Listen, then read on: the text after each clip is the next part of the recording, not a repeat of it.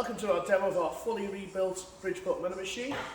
So to regrind the X, Y and Z axes, all brand new lead screws, all brand new nuts and so on, rebuilt the head, variable speed head, rebuilt the quill, and we've added at the end a 4-axis DRO system, X, Y and Z power feeds, new guard, and this customer has asked for an air drawbar system, so that's also things. That's what the top cap is up there. That's what these two buttons are here. It's part of the air drawbar.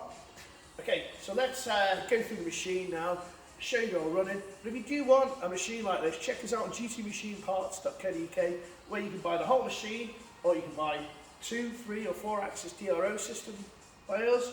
You can buy the power feeds individually. We also do a kit for the older style Bridgeport power feed to adapt it to the Align power feed, and it comes with an adapter shaft and everything. Little video online if you're not sure. On our website you can click through and just see how to do it before you purchase, or of course just give us a call. We're more than happy to help you along the way.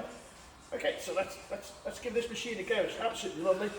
So brand new lead screws, brand new nuts, super smooth all the way across on the X-axis there. Same with the Y. Lovely and smooth all the way across. Same with the knee scale. The knees all going to be ground as well. Brand new lead screw and nuts and so on, and the bearing's all been replaced at the top. So there's a big bearing at the top of the lead screw just under here. That's all been replaced.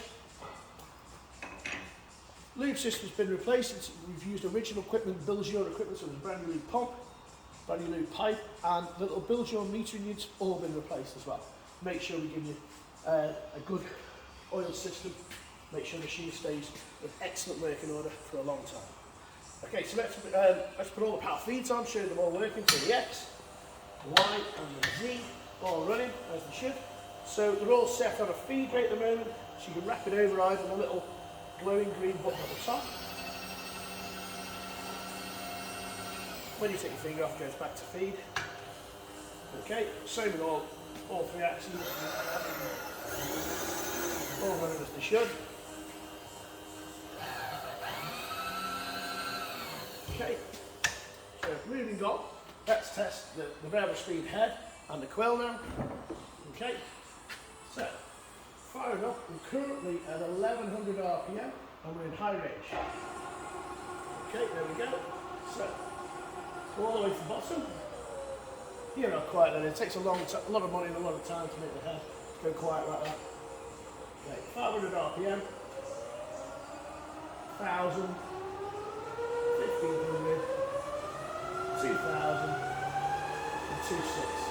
We're not going higher than that because we've got the quill engaged, and you shouldn't go above 3000 with the quill engaged. Okay, and then reverse now. All the way back to the top. 26, 2000, 1200, 800, back down to 500, all running spot on as it should. Okay. Right, we're going to swap now to the low range in the back gear. So before we do that, I'm just going to move this quick release handle out of the way. So you push this handle in, get over the spindle, put it to the back. Sometimes you need to turn the spindle just to get it to go in the gear. Okay, make sure it's locked in first, and then you can fire it. Now we're running at 60 RPM. So there's 100, 160. 240 and 350. In reverse now, hit the brake just to show you it works. Just as quiet in reverse. 200, 130, 80 and 60 RPM, all on the spots on.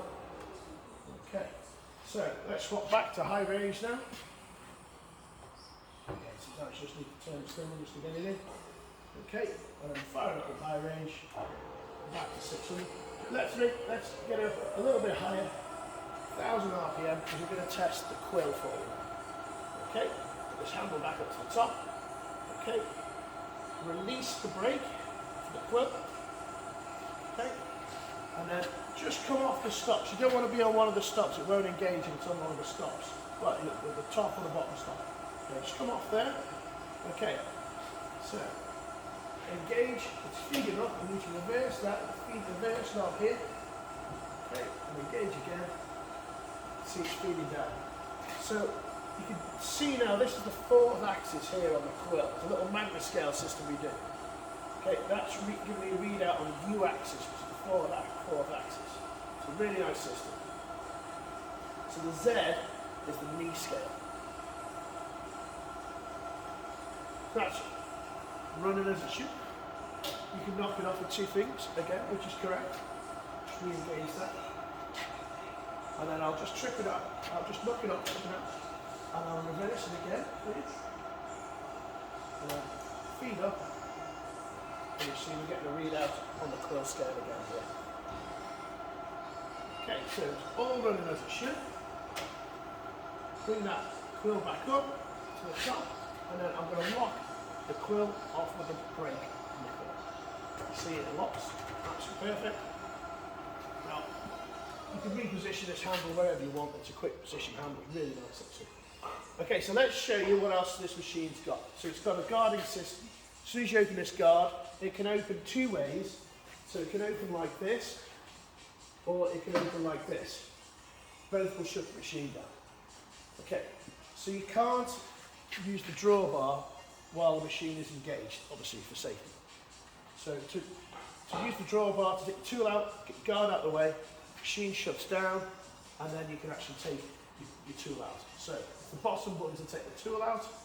You need to make sure you're at the top on the quill before you actually press the button. There you go, comes out. Make sure you put it on the collet alignment dog carefully, and then press the top button to make the tool go back in.